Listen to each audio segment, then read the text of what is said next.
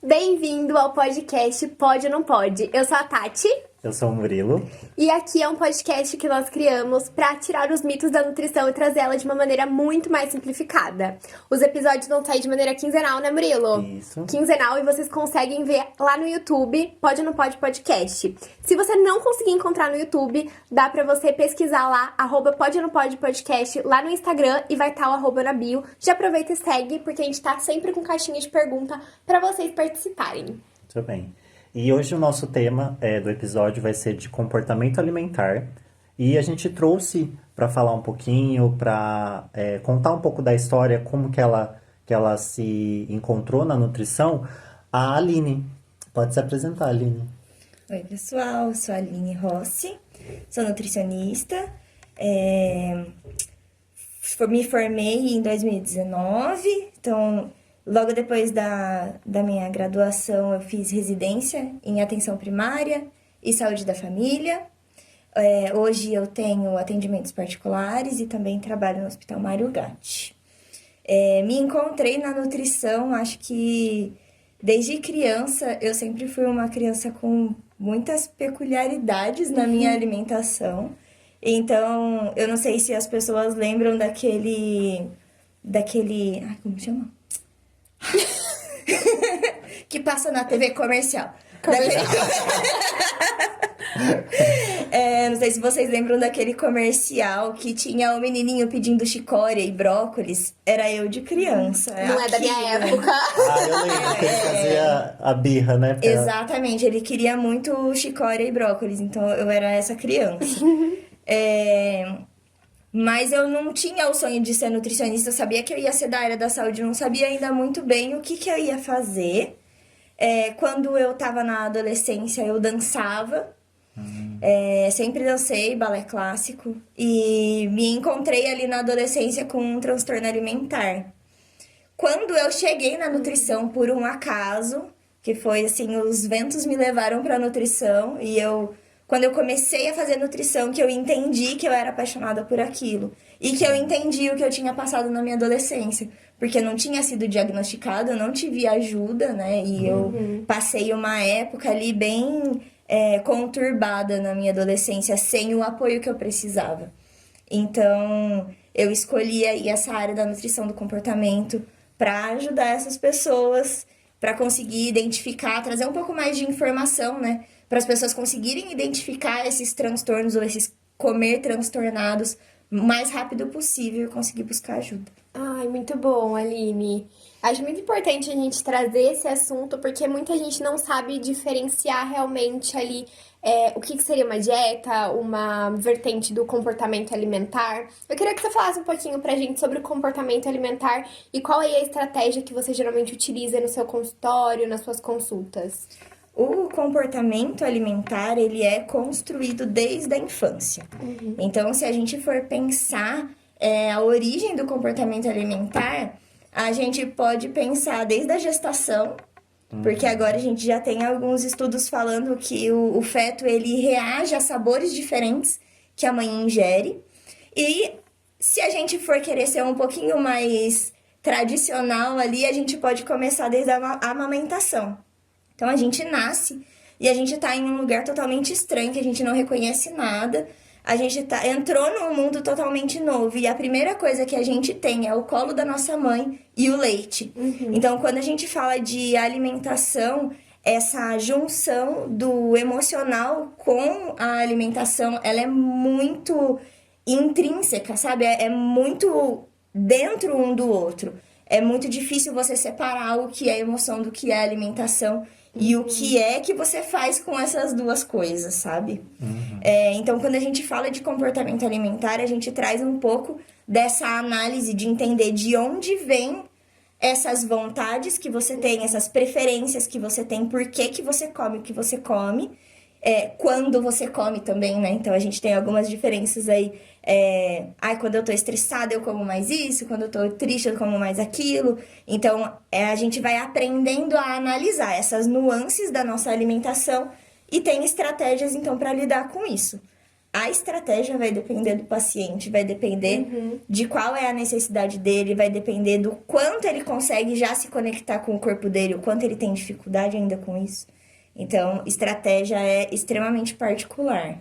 E falando um pouquinho da diferença, das principais diferenças entre a abordagem tradicional, né, que a gente vê normalmente nos consultórios, e a do comportamento alimentar, você saberia falar pra gente um pouquinho? Quando a gente fala de uma abordagem tradicional, a gente vem com um protocolo padrão, Isso. né? A gente vem com as coisas que aquele paciente, naquela condição clínica, tem que evitar ou preferir, e um cálculo matemático ali do quanto que ele precisa ingerir para se manter no peso, para perder peso, enfim, né?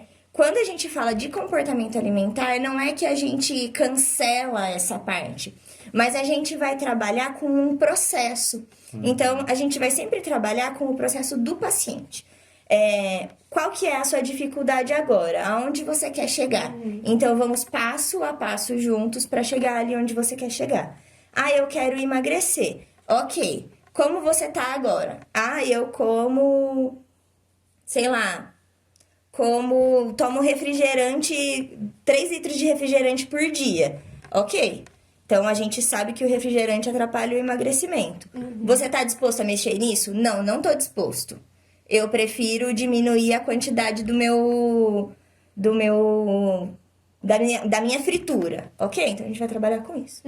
Entende? É diferente você trabalhar com comportamento alimentar que você deixa a responsabilidade e a escolha na mão do paciente.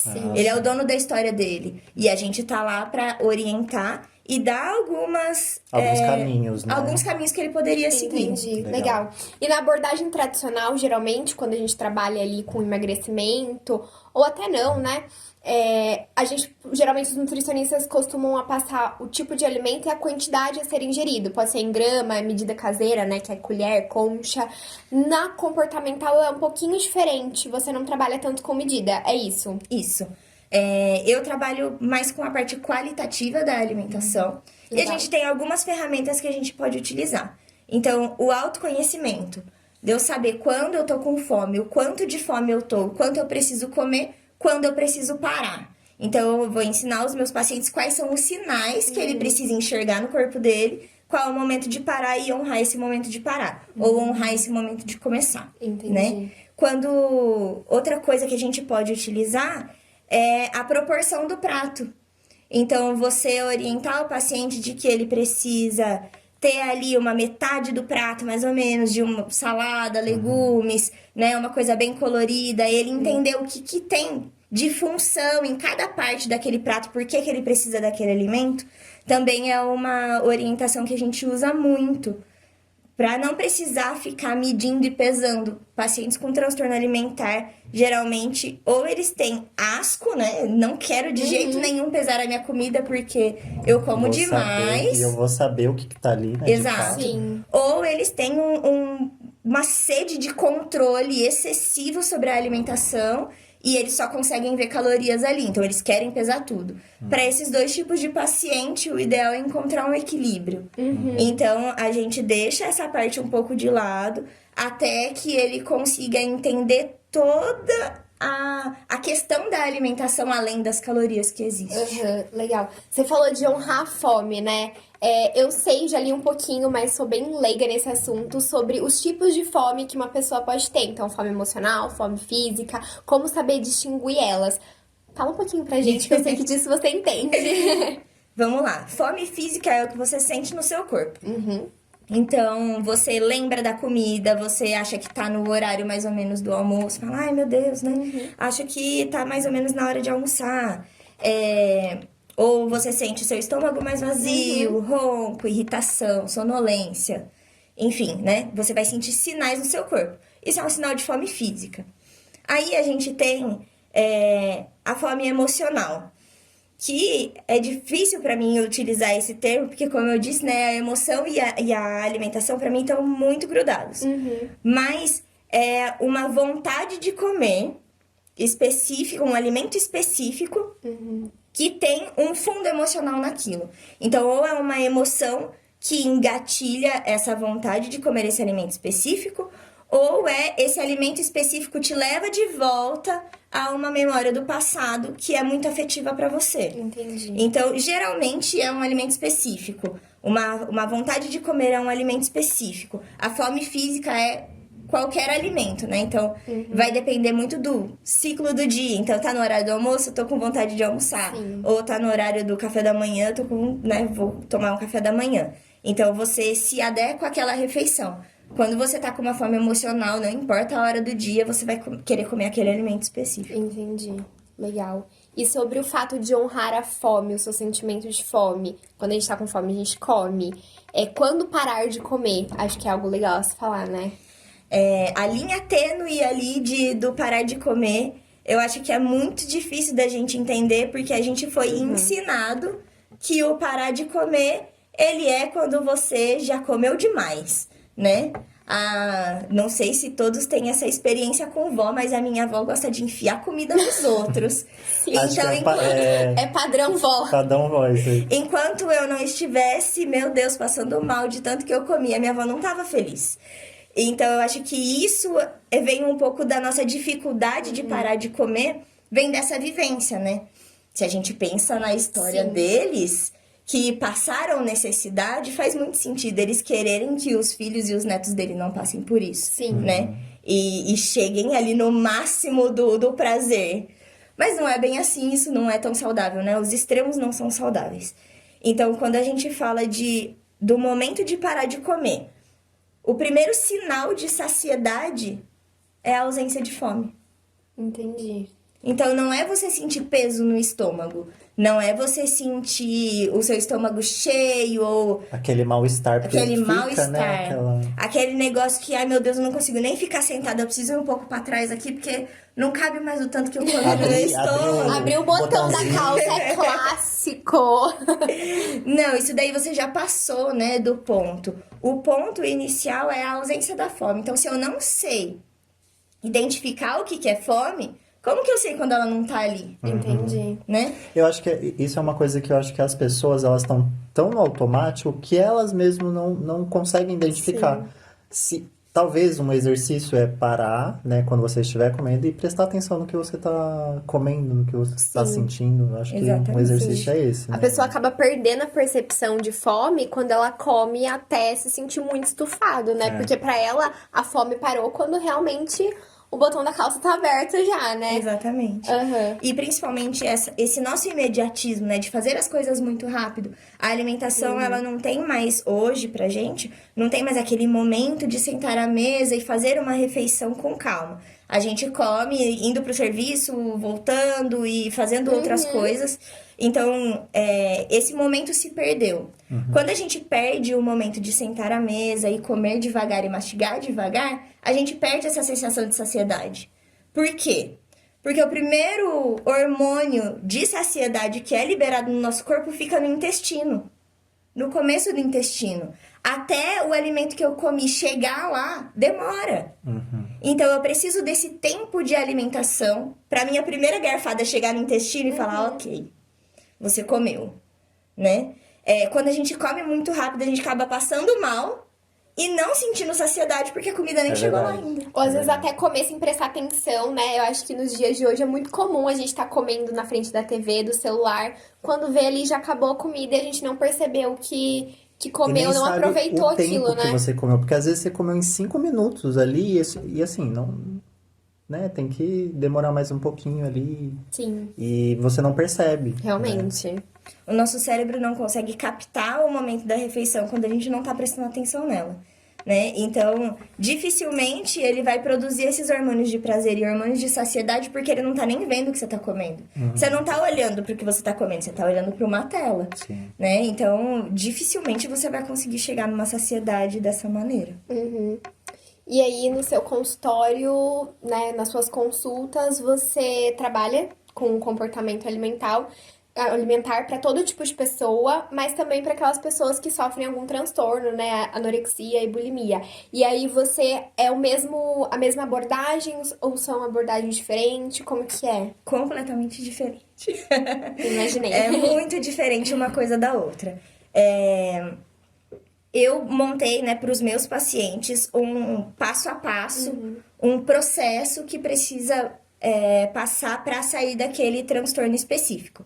Então, por exemplo, uma pessoa com anorexia nervosa, ela é permeada de medos, ela tem um medo incessante, desesperador de engordar, ela tem medo de alimentos específicos, ela tem medo do corpo dela, enfim, ela tem muitos medos. Então, a primeira parte é desmistificar esses medos, entender quais são os gatilhos, entender o que levou ela ali.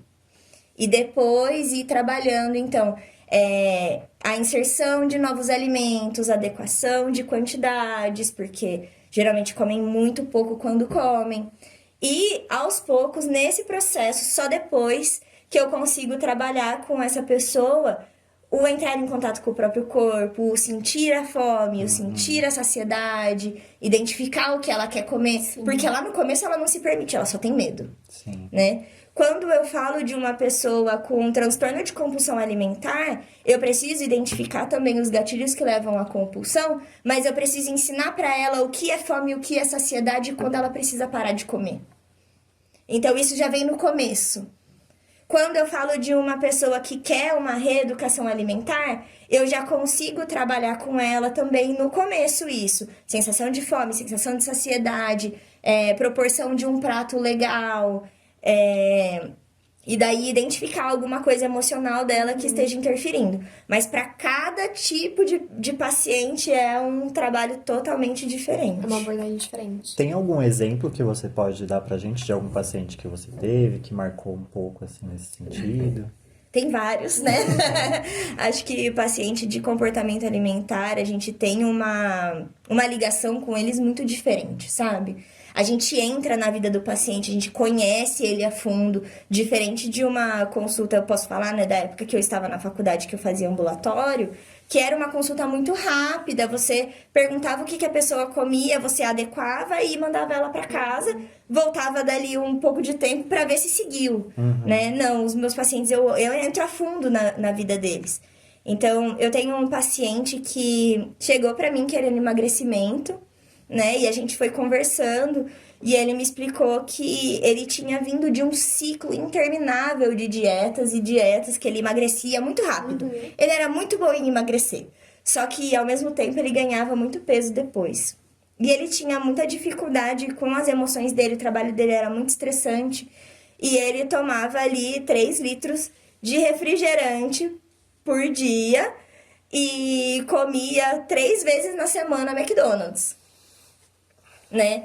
E daí a gente foi conversando qual que era a razão disso, né? Então, o McDonald's, na época que ele era jovem, era algo que não era acessível para as pessoas, então era algo muito especial. Entendi. Como o trabalho dele era muito estressante, então ele merecia aquilo. Algo afetivo, ele colocou o afeto no alimento. Exato. E daí era a maneira dele desestressar, dele perceber que ele tinha feito um bom trabalho, que ele tinha feito tudo o que ele precisava fazer no trabalho dele, era se dar esse reconhecimento que ele recebia dos pais dele na infância. Uma recompensa, né? Uma recompensa. Então, é muito legal você ver o processo da pessoa. Aí, ele entendeu isso numa semana? Ok. Aí, ele foi se abrindo para trabalhar isso. E daí, ele foi se permitindo experimentar outras ferramentas para lidar com essa necessidade de aprovação. Então, aos poucos, a gente foi conseguindo, então, trazer esse lanche para um outro tipo de lanche. Ele não precisava mais estar preso naquele lanche específico. Ele podia comer qualquer outra coisa, porque agora ele não era mais preso nessa necessidade de aprovação. Entende? Então, o trabalho ele é mais ou menos esse. O alimento, ele é a consequência do comportamento daquela pessoa, da história daquela pessoa, dos traumas daquela pessoa. Então, o nosso trabalho é encontrar lá embaixo o que fez essa árvore aparecer aqui em cima. Sim. E por mais que seja algo simples de ouvir, tipo assim, ele só tinha que adaptar, né, o lanche dele. Mas não é. É muito mais complexo, porque a pessoa tá tão inserida naquilo que ela não enxerga. Então, ela precisa passar por um processo para poder reconhecer essa... Para entender por que ele tá escolhendo abrir mão daquilo, isso, né? Isso é muito importante. A mudança de comportamento, ela é muito difícil. o primeiro episódio de vocês, ela fala, né, do cruzar o braço. Isso, Então, no até eu automático, né? pensar em como que é cruzar o braço de maneira diferente, o meu cérebro, ele demora para entender isso.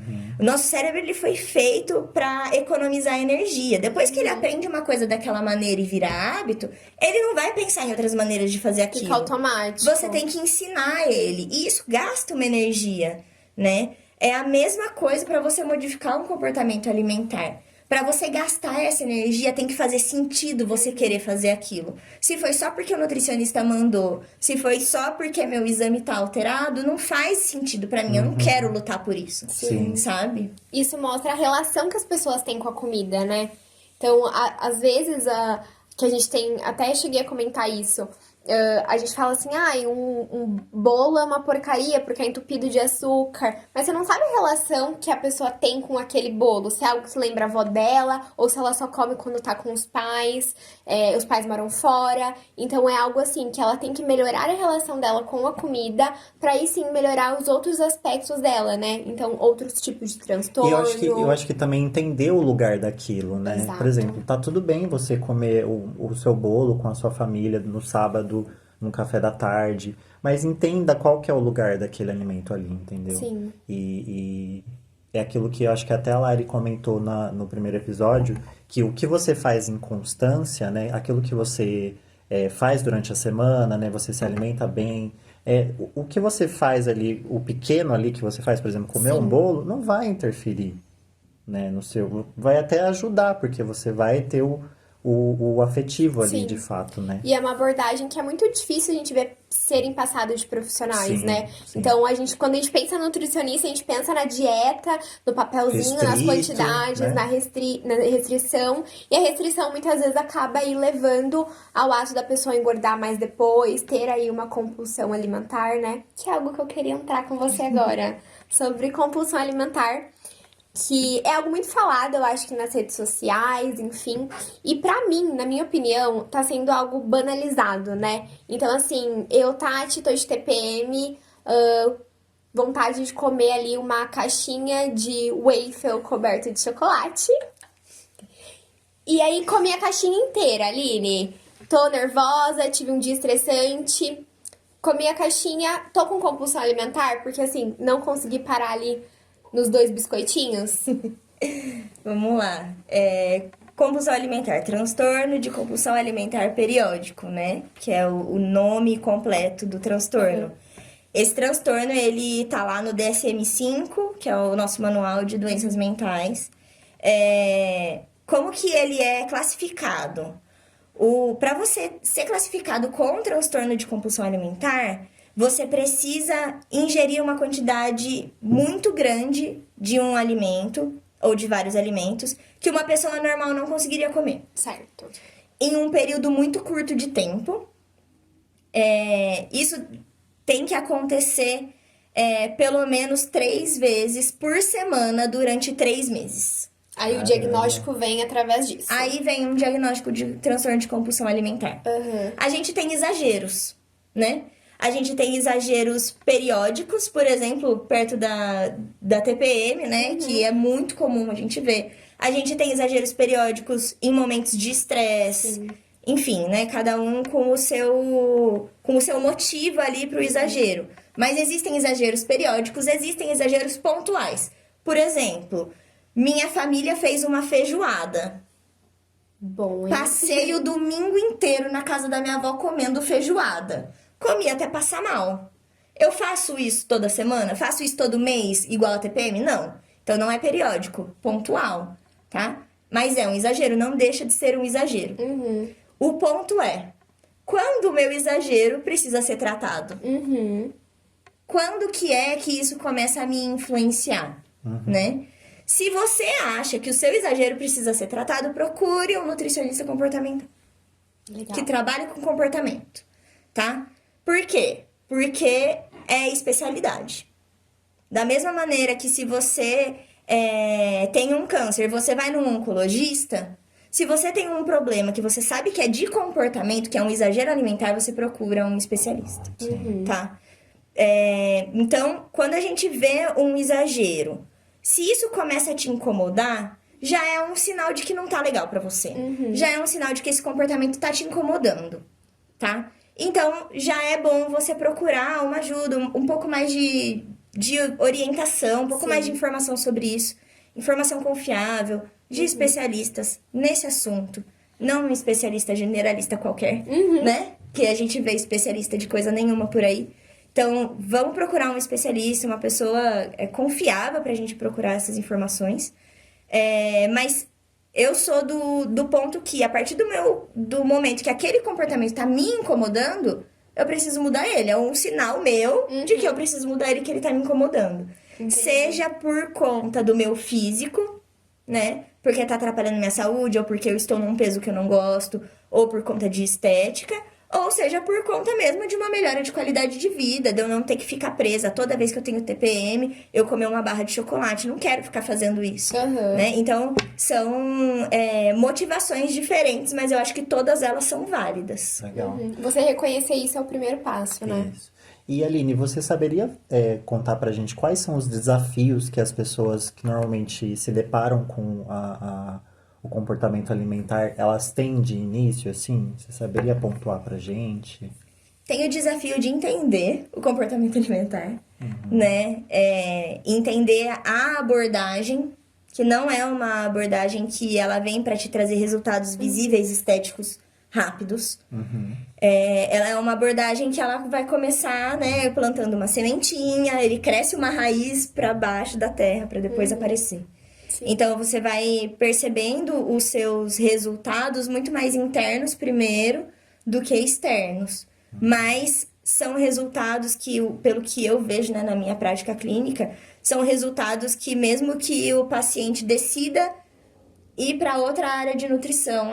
Ok, trabalhei meu comportamento alimentar com você, Aline, legal, eu quero um especialista em esportiva agora. Meu, vai com Deus, né? Vai com Deus, vai ser feliz. Mas eles voltam e falam, cara, aquilo lá do sinal de fome e saciedade, não consigo mais comer além do que eu preciso, porque me incomoda, entendeu? Então, o que eu costumo falar do comportamento alimentar é que é uma consciência que você adquire que você nunca mais vai perder ela, sabe? E aí, antes da gente entrar nas perguntinhas dos nossos seguidores, eu queria contar um caso também, que eu fiz uma pesquisa, né, com algumas pessoas, e elas me contaram que a relação delas com a comida, eu fiz exatamente essa pergunta, se elas sentem a relação delas com a comida, questões de sentimento e tudo mais. E aí elas me falaram que quando elas estão... Foi assim, unânime, né?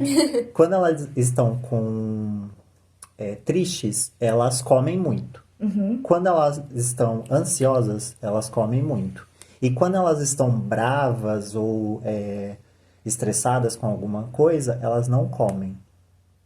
Você saberia contar pra gente um pouquinho dessa relação delas? É muito legal quando a gente tem essa visão, né, do que é mais comum. Então, quantas vezes a gente já ouviu a mãe falar pra gente engolir o choro, né? Sim. A tristeza, ela vem associada com engolir. Ela vem associada, você tem que engolir o choro. Então, quando eu fico mais velha, eu tô no trabalho, eu não posso chorar, eu vou engolir alguma coisa. É natural pra mim. Agora, se eu tô brava, se eu tô, né, transtornado, quero matar alguém, eu não vou engolir sapo. Minha garganta não deixa eu engolir nada. Adorei. Não deixa, gente, né? Você não passa, você não quer, você não engole nem a saliva raspa na garganta, né? Então, eu acho que essa visão é muito legal ver a unanimidade das pessoas, né? Com os sentimentos. Existem padrões. Existem padrões claros e existe o pessoal, né? Sim. Existe aquela coisa que só você passou por isso, só você sente isso hoje.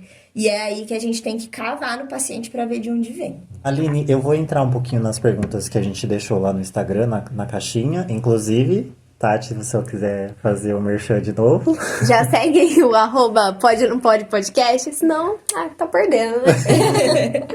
E tem uma pergunta lá que eu achei muito interessante, que uma seguidora nossa colocou, que é: qualquer paciente pode se beneficiar com a conduta do comportamento alimentar? Sim e não. Por quê? Como eu falei, o comportamento alimentar, ele demanda uma energia grande, né, para você modificar ele. Se você quiser um resultado rápido, Não vai servir. não vai servir. Mas eu acho que é também uma questão de processos da pessoa, né? Na minha prática clínica, o que eu vejo? Pessoas que são muito imediatistas, que querem um resultado muito rápido, fazem dietas muito restritivas, perdem peso sim, óbvio. Se você não come, você perde peso. Logo em seguida, não conseguem manter esse padrão, esse peso, enfim, elas voltam ao hábito, né? Elas voltam ao hábito, sem erro. E nosso corpo se adequa, ele adequa ao peso novamente. Então, ela ganha peso novamente. Essa pessoa, eu acredito que em algum momento ela vai chegar na consciência de que, isso daqui não tá dando certo. Babei. Vamos continuar, continua. Ai, Jesus. Vai! Então, quando ela percebe que aquilo lá não tá dando certo, ela vai buscar uma outra metodologia. Seja comportamento alimentar, ou seja, né, um plano alimentar com um nutricionista que seja um pouco mais lento, que respeite esse tempo dela, não tem problema nenhum. Mas o que eu vejo é o comportamento alimentar não funciona para quem quer esse resultado rápido. Para outros tipos de pessoa, funciona para quem é da área esportiva. Se ela quiser trabalhar o comportamento, funciona. Legal. Funciona para quem tem transtorno alimentar, com certeza. É a abordagem que funciona para transtorno alimentar, não tem outra. Porque transtorno alimentar é um transtorno mental, é comportamento, não tem jeito. Funciona para emagrecimento? Funciona. Funciona também. A gente tem um emagrecimento a longo prazo, né, numa velocidade não tão rápida quanto uma dieta restritiva, mas muito mais mantido, né? Você consegue levar, como eu falei, esses aprendizados do comportamento para o resto da vida. Então, funciona também para emagrecimento, funciona para reeducação alimentar. Você vai entender por que você come do jeito que você come, o que você quer mudar, o que faz sentido para você ou não. Então, funciona para todos os tipos de pessoa que quiserem modificar o comportamento alimentar. Legal. Muito Vai legal. muito de pessoa pra pessoa, né? Tem gente que, assim, conheço uma amiga nossa que estuda com a gente, que pra ela tem que ter quantidade, tem que comer certinho, ela não espera sentir fome pra comer porque ela tem horário, e ela se dá super bem com isso. Então, eu acho que vai mesmo de pessoa pra pessoa essa abordagem, né? E aí, Aline, a gente tem um quadro aqui, que é o que tem na sua geladeira, que aí pode se estender ao armário, despensa, né? É a minha parte preferida, fico muito curiosa. Que é um alimento ou uma receita, inclusive a gente pode postar depois, se você tiver a receita, que não pode faltar no seu dia a dia, é algo assim, indispensável, que sempre tem que estar lá na sua geladeira, todos os dias, bonitinho. É um só? Pode falar mais, se você quiser. Um só é muito difícil. É difícil. Eu tenho um combo, assim, é o combo do café, salada e ovo. Aí eu sobrevivo Aí você fica meses com isso. Mas não pode faltar o meu cafezinho preto de manhã. Ovo, eu consigo fazer 1 milhão de coisas com Sim. ovo, né? Gente, Muito versátil. É perfeito. E, gente, eu não sei comer sem salada. Eu não sei, Que desde legal. criança, né? Eu sentava na frente da TV, em vez de comer salgadinho, eu comia, tipo, uma bacia de alface. Então, Eu não. essa sou eu, sou estranha mesmo, tá legal. Que tudo legal. bem. Ai, muito saudável. Eu me senti até mal, assim. Mas é isso, gente. Aline, a gente queria muito te agradecer a aceitar o convite, né? A gente quer dar o espaço para você passar as suas redes sociais, o seu contato, antes da gente fazer os agradecimentos, tá bom? Gente, se vocês quiserem me seguir, lá no Instagram é @alinerossi.nutri. Lá tem no link da minha bio, tem meu telefone, tem e-mail, vocês podem entrar em contato comigo por lá também, não tem problema nenhum. Sou super acessível, gosto de conversar, mesmo que você não queira passar por consulta, eu amo conversar. Vocês perceberam que eu falo sem parar. Pode me seguir lá. Então, eu quero te agradecer novamente por ter vindo. Quero agradecer ao Charles, que é a nossa câmera aqui, nossa edição. A Andrea, né, que tá aqui como a nossa produtora hoje. E muito obrigado, agradecer à faculdade, né, por disponibilizar a estrutura pra gente poder gravar o podcast. E até a próxima, gente. Tchau, Obrigada. tchau. Tchau!